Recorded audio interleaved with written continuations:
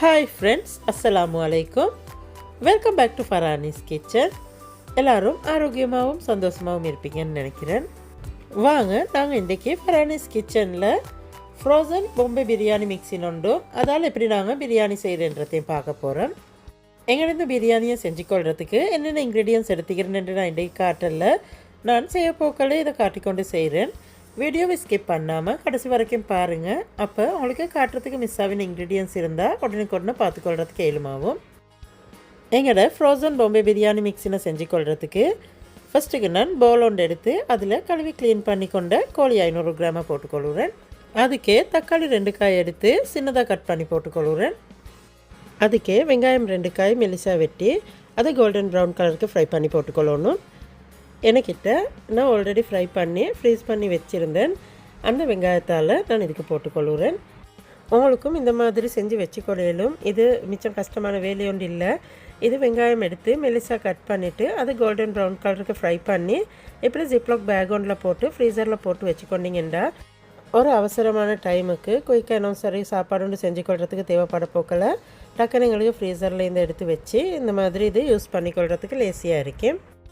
இதுக்கு நான் 1 table spoon garlic பேஸ்ட்டும் add பண்ணிக்கொள்கிறேன். இது நான் வீட்டில் செஞ்சு கொண்ட கார்லிக் பேஸ்ட். இந்த மாதிரி செஞ்சு வச்சுக்கொண்டீங்கன்னா உங்களுக்கும் ஈஸியாக இருக்கேன். நான் ஆல்ரெடி கார்லிக் பேஸ்ட் செய்கிற மாதிரி வீடியோ அப்லோட் பண்ணியிருக்கிறேன். தேவைப்படுறவங்களுக்கு வீடியோவை பார்த்து செஞ்சு கொள்ளையிலும். அதுக்கே கிரேட் பண்ணிக்கொண்ட ஜிஞ்சர் 1 டேபிள் ஸ்பூனும் போட்டுக்கொள்கிறேன். நான் இது பச்சைஞ்சு வீட்டில் கிரேட் பண்ணி கொண்டது. கிரேட் பண்ணி நான் இப்படி ஒரு கப்பில் போட்டு ஃப்ரீசரில் வச்சுக்கிறேன். எங்களுக்கு தேவைப்பட போக்கில் ஒரு 10 நிமிஷத்துக்கு முதல் வெளியே எடுத்து வச்சு இதை யூஸ் பண்ணிக்கொள்ளையிலும். இப்படி செஞ்சு ஃப்ரீசரில் வச்சு கொண்டோம்னா எங்களுக்கு ஒரு அவசரமான டைமுக்கு சாப்பாடு செய்கிறதுக்கு சரி, அப்படி இல்லாட்டி எங்களுக்கு விசிட்டு சொண்டு வந்த நேரத்துக்கு சரி, குயிக்காக இன்னும் சாப்பாடு செஞ்சு கொள்ளணுமே நினைக்கிற நேரத்துக்கு, இல்லாட்டி வேலைக்கு போகிற ஆட்களுக்கு இந்த மாதிரி செஞ்சு வச்சோம்னா எங்களுக்கு இது டைமும் சேவ் பண்ணிக்கொள்ளையிலும், குயிக்காக சாப்பாடு செஞ்சு கொள்றதுக்கும் மேலுமாகும். இப்படி செஞ்சு வைக்கிறதுல மிச்சம் எங்களுக்கு வேலை ஈஸியாகும். இதுக்கே பொம்பை பிரியாணி மசாலா போட்டுக்கொள்ளணும். சின்ன பேக்கெட் எடுக்கிறதா இருந்தால் ஒரு பேக்கெட் போடுங்க. அப்படி இல்லாட்டி பெரிய பேக்கெட்டாக இருந்தால் அதில் ஹாஃப் போட்டுக்கோங்க. நான் இதுக்கு பொம்பை பிரியாணி மசாலா ஹாஃப் பேக்கெட்டும் போட்டுக்கொள்கிறேன். 1 டீஸ்பூன் துண்டு கொச்சிக்காவும் போட்டுக்கொள்ளணும். இதுக்கே உப்பு ஹாஃப் டீஸ்பூனும் போட்டுக்கொள்ளணும். நான் பிரியாணி மிக்ஸினை செஞ்சு ஃப்ரீஸ் பண்ணுறதை காட்ட போகிறதுனால நான் இதுக்கு ஹாஃப் டீஸ்பூன் உப்பு ஆட் பண்ணிக்கிறேன். நீங்கள் பிரியாணியை செய்ய போக்கல ஒரு டேஸ்ட்டை பொறுத்து உப்பு போட்டு செஞ்சுக்கோங்க. கரம் மசாலா 1 டீஸ்பூனும் போட்டுக்கொள்ளணும். இது எல்லாத்தையும் போட்டு கையால் கொஞ்சம் நல்லா மிக்ஸ் பண்ணிக்கொள்ளணும். எங்கள்கிட்ட ஸ்பைசி எல்லாம் நல்லா சிக்கனோட மிக்ஸ் ஆகி வரதுக்கு எல்லாத்தையும் நல்லா இப்படி மிக்ஸ் பண்ணிவிட்டு நான் இப்போ இதை ஃப்ரீசரில் போட்டுக்கொள்ள போகிறேன். நாங்கள் ஃப்ரீசரில் போட்டுக்கொள்ளும் போது இந்த மாதிரி ஜிப்லாக் பேக் ஒன்று எடுத்து அதில் நாங்கள் இப்படி மிக்ஸ் பண்ணிக்கொண்டு எங்கள் சிக்கன் எல்லாத்தையும் போட்டுக்கொள்ளணும். சிக்கன் எல்லாத்தையும் இப்படி ஜிப்லாக் பேக் ஒன்றில் போட்டுட்டு இதுக்கு நான் 2 டேபிள் ஸ்பூன் ஆயில் ஊற்றிக்கொள்கிறேன். ஆயிலை ஊற்றிட்டு இப்படி பேக்கை மூடி வீடியோவில் காட்டுற மாதிரிக்கு பேக்கில் சிக்கன் எல்லாம் நல்லா ஆயிலோடு மிக்ஸ் ஆகுறதுக்கு நல்லா மிக்ஸ் பண்ணி எடுத்துக்கொள்ளணும். இப்படி செஞ்சு கொண்டு எங்கிட்ட சிக்கன் பேக்கை நான் இப்போ ஃப்ரீசரில் போட்டுக்கொள்ள போகிறேன். இதை ஃப்ரிட்ஜில் வச்சு 1 மந்த் எங்களுக்கு யூஸ் பண்ணிக்கொள்ளையிலும் ஒன்றும் ஆகாது. நாங்கள் இந்த சிக்கன் மிக்ஸினை ஃப்ரீசரில் வச்சு செய்ய போக்கல பிரியாணி செய்கிறதுக்கு ஹாஃப் அன் ஹவருக்கு இந்த சிக்கன் மிக்ஸினை வெளியே எடுத்து வச்சுட்டு சிக்கன் எல்லாம் நல்லா டீப் ஃப்ரீஸ் ஆகினத்துக்கு பிறகு தான் பிரியாணி செய்கிறதுக்கு எடுக்கணும். வாங்க இந்த பிரியாணி மிக்ஸினை வச்சு எப்படி நாங்கள் பிரியாணி செஞ்சுக்கொள்கிறேன்றதை பார்ப்போம். இது மாதிரி இன்னும் புதிய ரெசிபி தெரிஞ்சுக்கொள்கிறதுக்கு எங்களோட ஃபரானிஸ் கிச்சன் யூடியூப் சேனலுக்கு சப்ஸ்கிரைப் பண்ணுங்கள். அதோட சைடில் வர பெல் நோட்டிஃபிகேஷனையும் கிளிக் பண்ணி வச்சிங்கன்னா நாங்கள் போடுற அடுத்தடுத்த புதிய ரெசிபி உங்களுக்கு உடனே பார்த்துக்கொள்கிறதுக்கு ஏழுமாகும். பிரியாணியை செய்கிறதுக்கு ஃபஸ்ட்டுக்கு ரைஸை குக் பண்ணிக்கொள்ள போகிறேன். அதுக்கு சட்டி ஒன்று எடுத்து எங்கள் ரைஸை குக் பண்ணிக்கொள்கிறதுக்கு தேவையான அளவு தண்ணி ஊற்றி வைக்கிறேன். அதுக்கே உப்பு கொஞ்சமும் போட்டுக்கொள்ளணும். 1 டேபிள் ஸ்பூன் ஆயிலும் ஆட் பண்ணிக்கொள்கிறேன். ரம்பை 2 துண்டும் போட்டுக்கொள்ளணும். 2 துண்டு கருவேப்பட்டையும் போட்டுக்கொள்ளணும். ஏலக்காய் 3-4 தட்டி போட்டுக்கொள்ளணும். அதுக்கே அன்னாசி பூ ஹாஃபும் பே லீஃப் 2 போட்டுக்கொள்ளணும். எல்லாத்தையும் போட்டுட்டு சட்டியை மூடி தண்ணியை கொஞ்சம் நல்லா பாயில் பண்ணிக்கொள்ளணும். இப்போ உங்களுக்கே பார்த்தா விலங்குதாய்க்கும் எங்களோட தண்ணி நல்லா பாயிலாக வைக்குது. நான் இப்போ இதுக்கு 1/2 அன் ஹவருக்கு கழுவி ஊற வச்சு கொண்ட பாஸ்மதி அரிசி 750 கிராமையும் போட்டுக்கொள்ள போகிறேன். அரிசி எல்லாத்தையும் போட்டுட்டு அதுக்கு நான் 1/2 காய் தேசிக்காய் எடுத்து அடி ஜூஸையும் புளிஞ்சு ஊற்றிக்கொள்ளுறேன். லைம் ஜூஸையும் புளிஞ்சிட்டு இதுக்கும் நல்லா மிக்ஸ் பண்ணிக்கொள்ளணும். இப்படி நல்லா மிக்ஸ் பண்ணிவிட்டு நான் சட்டியை மூடி ஒரு 4-5 நிமிஷம் இதை கொஞ்சம் குக் பண்ணி எடுத்துக்கொள்ள போகிறேன். எங்களோட ரைஸ் 80% குக் ஆகி 1/2 குக்குக்கு நல்லா குக் ஆகி வரதுக்கு 4 நிமிஷத்துக்கு போகிறோம். சட்டியை திறந்து பார்ப்போம் எங்களோட ரைஸ் எப்படி இருக்குதுண்டு. உங்களுக்கே பார்த்தா விளங்குதாய்க்கும் எங்களோட ரைஸ் நல்லா 80% குக்காகவே வந்திருக்குது. குழஞ்சொண்டும் இல்லை, ஓவர் குக்காகவும் இல்லை, 1/2 குக்குக்கு நல்ல பசந்தாக குக்காகி வந்திருக்குது.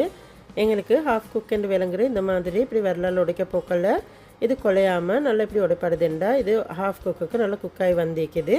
எங்களுக்கு இந்த அளவு ரைஸ் குக்காக வைக்கிறது போதும். நான் இப்போ அடுப்பு ஆஃப் பண்ணிவிட்டு ரைஸை வடித்து எடுத்துக்கொள்ள போகிறேன். ரைஸை வடிச்சிட்டு வாங்க நாங்கள் இப்போ எங்களோட பிரியாணி மசாலா எப்படி செஞ்சு கொள்கிறேன்றதை பார்ப்பேன். இது நாங்கள் ஆல்ரெடி செஞ்சு ஃப்ரீசரில் வச்சு மேரினேஷன் பண்ணி கொண்ட பாம்பே பிரியாணி சிக்கன் மசாலா. நான் இதை ஃப்ரீசரில் இருந்து வெளியே எடுத்து வச்சுட்டு நான் இப்போ இந்த சிக்கன் மசாலாவை எப்படி செஞ்சு கொள்ள போகிறேன்னு காட்ட போகிறேன். வாங்க இது எப்படி என்று பார்ப்பேன். பிரியாணி மசாலாவை செய்கிறதுக்கு சட்டி ஒன்று அடுப்பில் வச்சு அதில் நான் மெல்ட் பண்ணி கொண்ட கீ 2 டேபிள் ஸ்பூன் ஆட் பண்ணிக்கொள்ளுறேன். அதுக்கே 1 டேபிள் ஸ்பூன் ஆயிலும் ஆட் பண்ணிக்கொள்ளணும். கீயும் ஆயிலும் நல்லா ஹீட்டாகி கொண்டு வரப்போக்கில் இதுக்கு நான் மிக்ஸ் பண்ணி வச்சுக்கொண்ட எங்களோட சிக்கன் பிரியாணி மிக்ஸினை இதில் ஆட் பண்ணிக்கொள்ளுறேன். சிக்கன் மிக்ஸினை இப்படி நல்லா மிக்ஸ் பண்ணிவிட்டு அடுப்பு ஸ்லோ ஃப்ளேமில் வச்சு சட்டியை மூடி ஒரு 10 நிமிஷம் குக் பண்ணிக்கொள்ள போகிறேன். எங்களோட சிக்கன் கொஞ்சம் வெந்து வரதுக்கு 10 நிமிஷத்துக்கு போகிறோம். சட்டியை திறந்து சிக்கனுக்கும் நல்லா மிக்ஸ் பண்ணிவிட்டு இதில் உப்பு போதுமாண்டு பார்த்துக்கோங்க. உப்பு போதாட்டி உப்பு கொஞ்சம் போட்டுக்கோங்க. ஏனென்றால் நாங்கள் இந்த மிக்ஸினுக்கு 1/2 டீஸ்பூன் தான் உப்பு போட்டோம். அதனால டேஸ்ட்டை பொறுத்து உப்பு கொஞ்சம் போட்டு மிக்ஸ் பண்ணிக்கோங்க. உப்பையும் போட்டு மிக்ஸ் பண்ணிவிட்டு நாங்கள் சிக்கன் மிக்ஸ் பண்ணி கொண்ட பேக்கில் நான் 1/2 கப் தண்ணியை ஊற்றி அதை நல்லா மிக்ஸ் பண்ணிவிட்டு அதையும் சிக்கனில் ஊற்றிக்கொள்ளுறேன். இதுக்கு தண்ணி ஊற்ற போக்கல மிச்சம் ஒருமிக்க தண்ணி ஊற்றிக்கொள்ள வேணும். அப்போ சிக்கன் கிரேவியாட்டம் ஆவிரும். அப்படி இல்லாமல் சிக்கன் பேக்குக்கு 1/2 கப் தண்ணி ஊற்றி மிக்ஸ் பண்ணி ஊற்றினீங்கன்னா போதுமாக இருக்கேன். சிக்கன் மிக்ஸில் நல்லா இப்படி மிக்ஸ் பண்ணிவிட்டு சட்டியை மூடாமல் ஒரு 5 நிமிஷம் குக் பண்ணிக்கொள்ளணும். இந்த சிக்கன் மிக்ஸின் நல்லா பாயில் ஆகி வரும் வரைக்கும் 5 நிமிஷத்துக்கு போகிறோம். எங்களோட சிக்கன் மிக்ஸின் கொஞ்சம் பாயில் ஆகி கொண்டு வரப்போக்கல இதுக்கும் நல்லா மிக்ஸ் பண்ணிவிட்டு நான் இதால் கறி கொஞ்சம் வேறையாக எடுத்துக்கொள்ள போகிறேன்.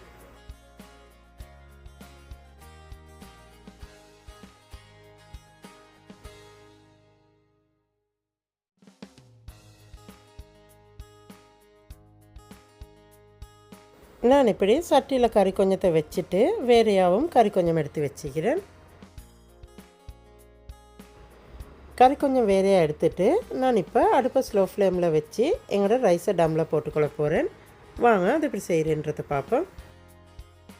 அடுப்பை ஸ்லோ ஃப்ளேமில் வச்சுட்டு எங்களோட சட்டியில் வைக்கிற கறிக்கு மேலால் நான் இப்படி 1/2 குக் பண்ணி கொண்ட ரைஸால் 1/2 சட்டியில் போட்டுக்கொள்ள போகிறேன்.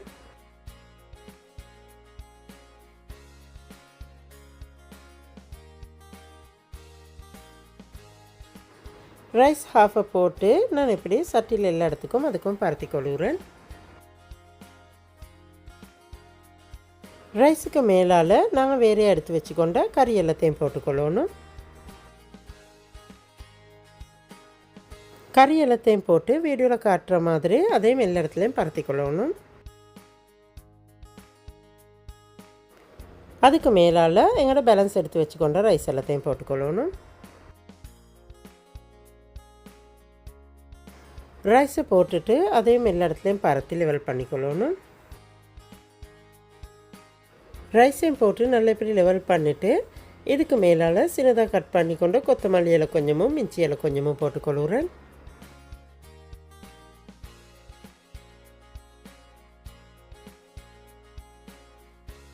அதுக்கு மேலால் 1 டேபிள் ஸ்பூன் கீயும் போட்டுக்கொள்ளுறேன். அதுக்கு மேலால் 1 டேபிள் ஸ்பூன் ரோஸ் வாட்டரும் ஆட் பண்ணிக்கொள்ளுறேன்.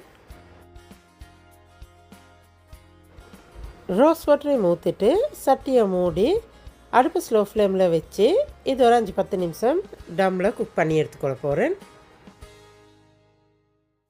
இப்படி பிரியாணி மசாலா செஞ்சு ஃப்ரீஸ் பண்ணி வைக்கிறதுல எங்களுக்கு குயிக்காகவும் ஈஸியாகவும் சாப்பாடு செஞ்சு கொள்றதுக்கு எலுமாவும் நோன்பு காலத்துக்கு எல்லாம் இந்த மாதிரி செஞ்சு வச்சோமெண்டா எங்களுக்கு சவர் சாப்பாடு ரெடி பண்ணி கொள்றதுக்கும் ஈஸியாக இருக்குது.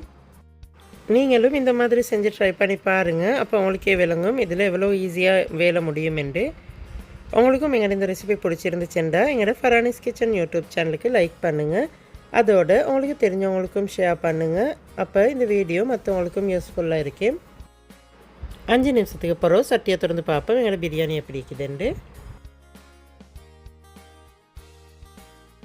இப்போ உங்களுக்கு பார்த்தா விளங்குதாக்கும் எங்களோட பிரியாணி இப்படி இருக்குது. நான் இப்போ இதை மிக்ஸ் பண்ணிக்கொள்ள போகிறேன்.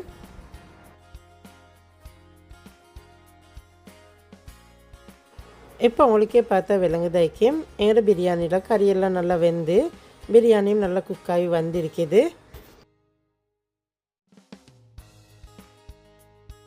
உங்களுக்கே பார்த்தா விளங்குதாக்கும் சோறு குழஞ்சில்ல, அரிசி ஒன்று கொண்டு ஒட்டாமல் அரிசி உடையாமல் நல்லா பசந்தாக பிரியாணி குக்காகி வந்திருக்குது. நான் இப்போ பிரியாணியை இப்படி மிக்ஸ் பண்ணிவிட்டு இது டிஷ் ஒன்றில் போட்டுக்கொள்ள போகிறேன்.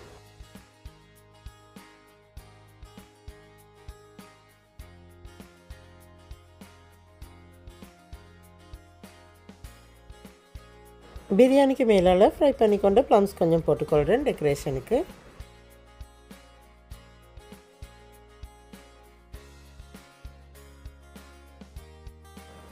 இது மாதிரி இன்னும் ஒரு புதிய ரெசிபி ஒன்று எடுத்துகிட்டு வரும் வரைக்கும் see you next video and thanks for watching.